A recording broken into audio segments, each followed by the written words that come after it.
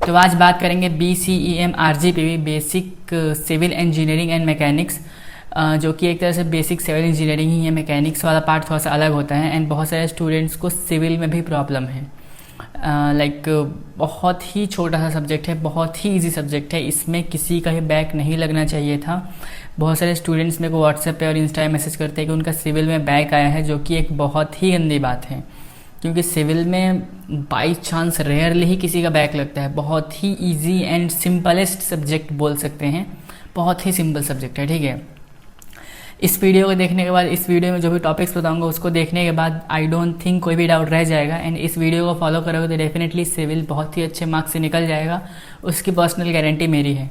बहुत से स्टूडेंट्स को बोलते हैं कि उनको मैकेनिक्स वाले पार्ट्स में प्रॉब्लम होता है, उनको न्यूमेरिकल्स बनाने नहीं आते सिविल के। कोई ख़ास ज़रूरत नहीं है, बिना न्यूमेरिकल्स के भी हम 70 मार्क्स स्कोर कर सकते हैं ओनली थ्योरी से। इतना इनफ थ्योरी सिविल में होता है, ठीक है। तो मैं ज़्यादा फोकस करता हूँ थ्योरेटिकल पार्ट्स पे ही, क्योंकि थ्योरेटिकल से क्या होता है, समझ में ज़्यादा आता है, याद जल्दी होता है एंड आंसर्स अच्छे से हम लिख पाते हैं, ठीक है। तो आज बात करेंगे basic civil engineering and mechanics के थ्योरेटिकल पार्ट पे कौन कौन से इंपॉर्टेंट टॉपिक्स जो कि हमेशा आते हैं एंड उनको पढ़ लोगे तो फिर पढ़ने की कुछ ज़रूरत नहीं। Basic civil engineering and mechanics RGPV बहुत ही ईजिली निकल जाएगा, ठीक है। I think BT 204 subject code है, आई डोंट नो। तो सबसे पहले कॉपी और पेन लेके बैठ जाओ। मैं हमेशा हर एक वीडियो में बोलता हूँ कॉपी और पेन लेके बैठा करो, क्योंकि स्क्रीनशॉट लेने से कुछ नहीं होता। कॉपी और पेन लेके बैठोगे, चीज़ें लिखोगे, ठीक है। सो हेलो नमस्ते, अस्सलाम वालेकुम। मैं हूँ Farooq, final year student of CSCN। चलिए शुरू करते हैं विदाउट वेस्टिंग एनी टाइम। ये थर्ड ईयर पता नहीं कब बोलना छोड़ूंगा, तो फटाफट कुछ टॉपिक्स बता रहा हूँ उनको लिख लो, ठीक है। कुछ टॉपिक्स बहुत इंपॉर्टेंट जिनको बता रहा हूँ उनको अभी लिख लो सिविल के लिए, ठीक है। देखो, ऐसे सिविल में 5 यूनिट्स हैं as we all know and मैं यूनिट वाइज टॉपिक लिखवा दे रहा हूँ कि ये यूनिट में ये टॉपिक्स पढ़ने हैं, ठीक है। सबसे जो पहला यूनिट है ना, वही बहुत इंपॉर्टेंट है एंड एक काम करो, यूनिट वाइज छोड़ो, तुम ओनली टॉपिक्स लिखो, ठीक है। टॉपिक्स लिखो कि हाँ ये टॉपिक्स हैं एंड उन टॉपिक्स को पढ़ना है, ठीक है। सबसे पहले टॉपिक्स लिखो बिल्डिंग मटेरियल्स एंड कंस्ट्रक्शन। क्या होता है मटेरियल्स, क्या होता है मटेरियल्स, पता है ना सबको क्या होता है। लाइक कौन कौन से मटेरियल्स यूज़ होते हैं, like stones, bricks, cement, timber जिसको रेत बोलते हैं एंड ईंट बोलते हैं, एंड स्टोन्स जो कि बिहार में एंड यूपी साइड गिट्टी बोलते हैं। तो ये सब चीज़ें होती है, कौन कौन से मटेरियल्स यूज़ होते हैं उन्हीं को बस लिखना है और कुछ नहीं, ठीक है। तो ये उसके बाद प्रॉपर्टीज़, मतलब उनकी प्रॉपर्टीज़ क्या होती है, मतलब वो किस काम में आते हैं एंड कैसे उनको यूज़ किया जाता है, किस पर्पस के लिए यूज़ किया जाता है, फिर उनका टेस्ट कैसे होता है, इन सब का प्रॉपर्टीज़ का टेस्ट कैसे होता है मटेरियल्स का, फिर उनके यूजेस कहाँ कहाँ हैं and process making. Like concrete क्या होता है ये लिख लेना, concrete, what is concrete, what is materials, ये दोनों पार्ट लिख लेना। व्हाट इज़ कंक्रीट, कंक्रीट मैंने आई थिंक 4 साल पहले पढ़ा होगा, 3 साल पहले पढ़ा होगा एंड मेरे को उसका डेफिनेशन आज भी याद है। The mixture of sand, water and cement is called concrete, ऐसा कुछ था, ठीक है। मतलब बेसिकली सारे चीज़ों को मिक्स करके, सीमेंट को, रेत को एंड स्टोन्स को, सबको जब मिक्स करेंगे तो जो बनता है उसी को बोलते हैं कंक्रीट, मसाला ऐसा बोल सकते हैं, ठीक है। तो उसी को कंक्रीट बोलते हैं एंड कंक्रीट कैसे बनता है, कंक्रीट होता क्या है, ये सब लिखना है बस। व्हाट इज़ कंक्रीट एक लिख लेना, ठीक है। वर्केबिलिटी ऑफ कंक्रीट, मतलब कंक्रीट का यूज़ कैसे होता है। बेसिकली हम लोग जानते हैं ना, जो भी अपने घर पे रहते होंगे, आई डोंट थिंक किसी ने नहीं देखा होगा, जो भी व्यूअर्स होंगे सबने देखा होगा घर कैसे बनता है। 2 ईंट के बीच में वो कंक्रीट डालते हैं, मसाला डालते हैं, तो फिर उसके ऊपर दूसरी ईंट रखते हैं, तो वो वर्केबिलिटी है, ये कैसे काम होता है, तो वह उसी चीज़ को लिखना है। तो इतना तो कर सकते हो ना यार, ट्रांसलेशन आना चाहिए बस। तुमको हिंदी में सब कुछ समझ में आ रहा है कि मैं बोल क्या रहा हूँ, बस उसको ट्रांसलेट करके इंग्लिश में अपने हिसाब से लिखना है, ठीक है। बहुत सारे स्टूडेंट्स पूछते हैं क्या हिंदी में लिख सकते हैं, लिख सकते हो, कोई दिक्कत नहीं है, बट हिंदी में अगर लिखोगे तो पूरा हिंदी में लिखना, इंग्लिश में लिखोगे तो पूरा इंग्लिश में लिखना। ऐसा नहीं कि ओनली हिंदी इंग्लिश मिक्स करके इंग्लिश में इंग्लिश में ट्रांसलेट करके लिखो, अच्छा होता है। उसके बाद compaction, curing, construction elements, foundation. Foundation क्या होता है, लिखो एक part foundation. What is foundation, foundation like makeup वाला फाउंडेशन नहीं बोल रहा हूँ, ठीक है, लड़की अलग समझेंगी। फाउंडेशन इन द सेंस कि किसी भी घर का पहले फाउंडेशन, बीम जिसको बोलते हैं, मतलब एक प्रॉपर फाउंडेशन बनता है। जैसे स्ट्रक्चर बोल सकते हैं, कोई भी घर बनता है तो पहले नीचे नींव डलता है ना, जो घर का नींव डलता है, तो पहले पिलर्स होते हैं, जो ज़मीन के अंदर जो पिलर्स डालते हैं, जिसकी वजह से आंधी तूफान बाढ़ कुछ भी आएगा ना तो घर गिरेगा नहीं, क्योंकि नीचे पिलर्स दिए हुए हैं, फाउंडेशन उसका पूरा प्रॉपर बना हुआ है। तो जो स्ट्रक्चर नीचे बनता है ना उसी को बोलते हैं फाउंडेशन, एंड उसी को ट्रांसलेट करके लिखना है और कुछ नहीं। व्हाट इज़ फाउंडेशन, एक टॉपिक लिख लो। आरसीसी फुटिंग क्या होता है ये लिख लेना। प्लास्टरिंग तो सबको पता होगा आई गेस। जो दीवार पे प्लास्टर होते हैं, पहले ईंट होती है, फिर उस पर प्लास्टर होता है, फिर उस पर पुट्टी होता है, फिर उस पर पेंट होता है। तो ये प्रोसेस है पूरा। एक तो प्लास्टरिंग क्या होती है उसको लिखना है। प्लास्टरिंग इन द सेंस कि कंक्रीट को दीवार पे लगा के उसको फ्रेश बनाया जाता है, एंड उसको अच्छा बेहतर बनाया जाता है, और कुछ नहीं, उसको उसी को लिखना है बस। प्लास्टरिंग क्या होता है। उसके बाद स्टेयर केसेस क्या होते हैं, जैसे सीढ़ियाँ कैसे बनती हैं। उसके बाद दूसरा टॉपिक लिखो सर्वेइंग एंड पोजीशनिंग। सर्वेइंग क्या होता है, सर्वेइंग टॉपिक लिख लेना तुम्हें। Surveying and positioning. सर्वेइंग होता है जैसे अगर तुमने अपने गांव साइड या फिर जहाँ भी तुम रहते हो वहाँ पे तुमने देखा होगा, ज़मीन जो भी होती है ना, ज़मीन को नापने के लिए ऑब्वियसली तुम खुद से भी मैपिंग कर सकते हो एक टेप लेकर, एंड तुम खुद से नाप सकते हो तुम्हारी ज़मीन की लंबाई कितनी है, चौड़ाई कितनी है, बहुत सारी चीज़ें। बट एक्चुअल में जब नापने की बातें आती है ज़मीन पे, तो ऑब्वियसली किसी एक्सपर्ट को बुलाते हैं जो इन चीज़ों में एक्सपर्ट होता है, तो वो जानता है कि सर्वेइंग क्या होती है। सर्वेइंग और मैपिंग उसी को बोलते हैं, ज़मीन को प्रॉपर नापना, मैपिंग करना कि हाँ ये जगह पे ये रूम सही रहेगा, ये जगह पे ये वाली चीज़ सही रहेगी, यहाँ से यहाँ तक आपकी ज़मीन है, यहाँ से लेफ़्ट साइड, यहाँ से कर्व है, यहाँ से तिरछा है। तो ये सब चीज़ें सर्वेइंग एंड मैपिंग में आती हैं, ठीक है। इसको बस समझना है, इसके डेफिनेशंस लिख देना, पॉइंट्स बना के लिख देना, हो जाएगा। पॉइंट्स बनाए कैसे लिखना है ये सब चीज़ें मैंने बता रखा है मेरी सेकंड लास्ट वीडियो में, कि आरसीपीयू एग्जाम में मैं कैसे लिखता हूँ उस हिसाब से लिखना। सर्वेइंग एंड मैपिंग बहुत ही अच्छा जाएगा, ठीक है। उस वीडियो को देख लेना एक बार कि how to write in RCPU exams, मैंने ऑलरेडी बना रखा है। तीसरा टॉपिक लिखो आप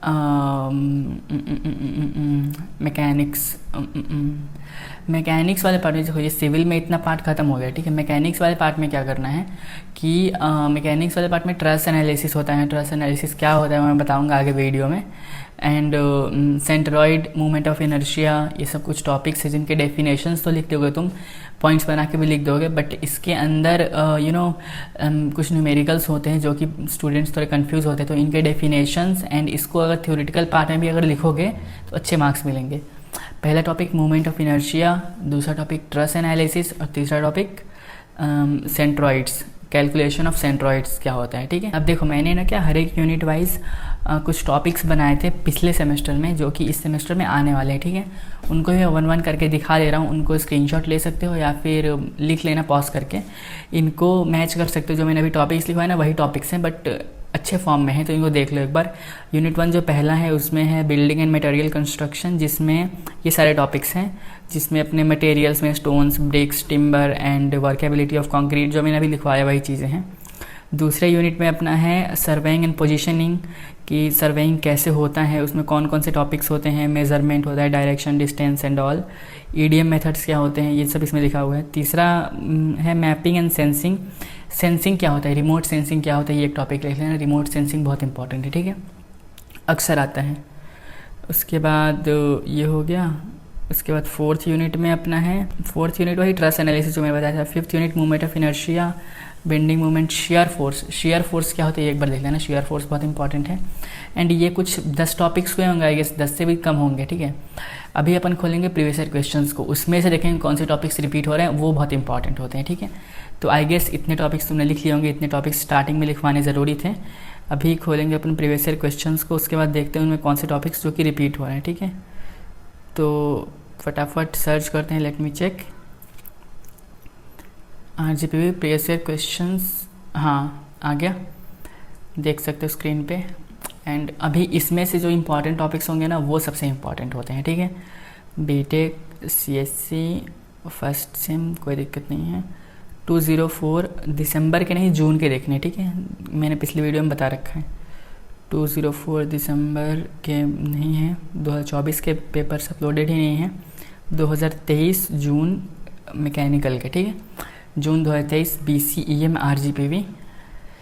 हाँ अभी मज़ा आएगा ना, इसमें देखते हैं कौन से टॉपिक्स रिपीट हो रहे हैं। क्वेश्चन 1 का ए है, what you understand by levelling.